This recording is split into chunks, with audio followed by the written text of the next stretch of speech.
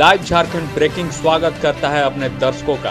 खबरें सुपरफास्ट के प्रायोजक हैं Punjab national bank, Lakshmi Vilas bank gold loan, Bloomdale Budhia Bagan, ISM Pundag, NIPS school of hotel management और zero worries private limited.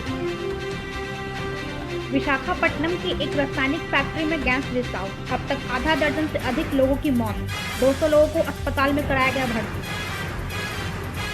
PM Narendra Modi ने विशाखापट्टनम गैस रिसाव मामले पर NDMA के अधिकारियों से की बातचीत, बुलाई बैठक।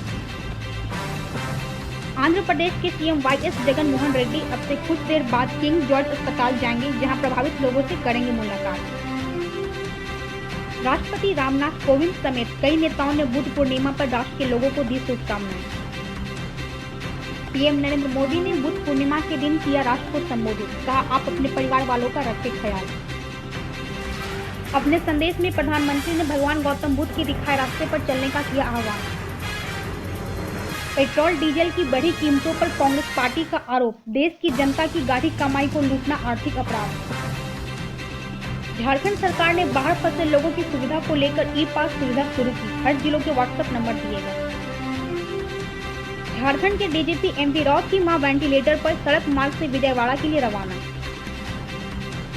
अमृतसर सिखों के तीसरे गुरु अमरदास जी की जयंती पर श्री हरमंदिर साहिब को रोशनी से सजाया गया। BMC कमिश्नर का आदेश, मुंबई में प्रत्येक सड़क पर एक से अधिक इलेक्ट्रॉनिक और हार्डवेयर की दुकान को खोलने की अनुमति नहीं।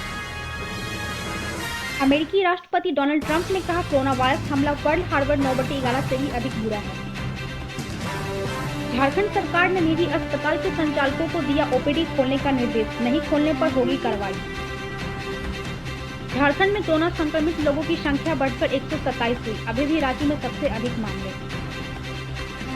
कर्मचारी चयन आयोग ने अपनी कई परीक्षाएं की स्थगित।